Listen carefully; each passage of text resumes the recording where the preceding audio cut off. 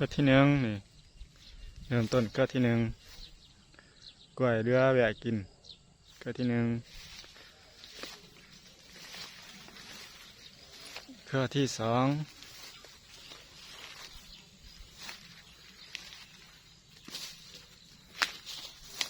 ก็ที่สาม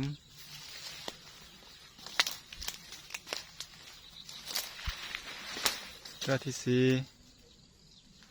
แก้ได้เริ่มแก้นี่เริ่มนะก็ที่สี่ก็ที่ห้าก็ที่ห้าเนี่ยเป็นกล้วยเงาก็ที่หกเนี่ยก็ที่หกก็ที่เจ็ดแก้ละก็ที่เจ็ด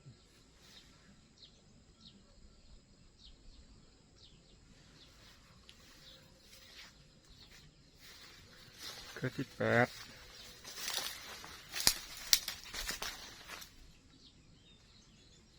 เพิ่มแล้วเพิ่มนะลูกค้าเกลือต้นตะกบเหลือ2ต้นแน่ก็ที่แปดก็ที่เก้ากล้วยง่าที่เก้า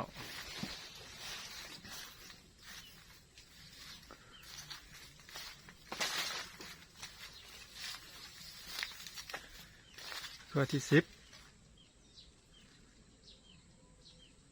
จะได้หาของมาขำใบหนัก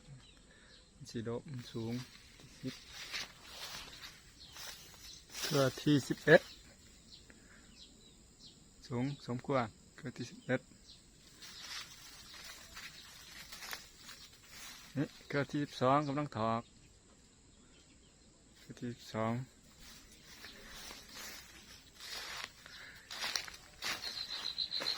เกลือที่13อยู่พุทธเกลือที่13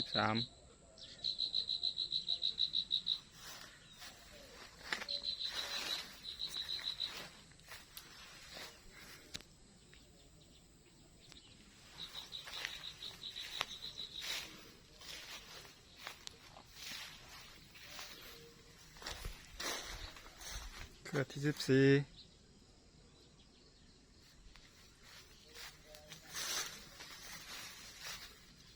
เครือที่15สุดกำลังสุดเครือที่15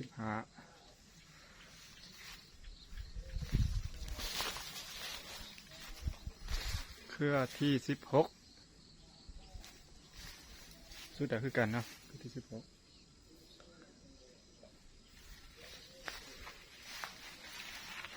เครือที่17ก็ได้สิสุดคือกันเครือที่7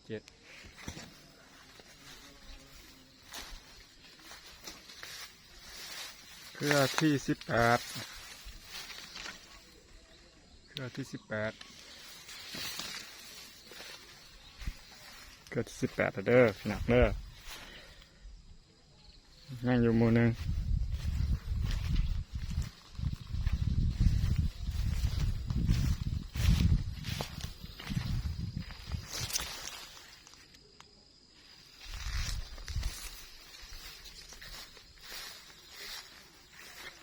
เครือที่19เครือที่19กล้วยเป็นกล้วยเงาะเครือที่19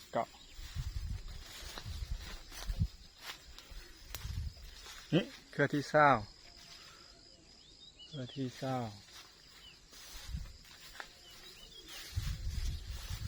เครือที่21เครือที่21เครือที่22บนใหญ่เป็นได้นะเครือที่22เบื้องทางกันย่างอยู่ประจักษ์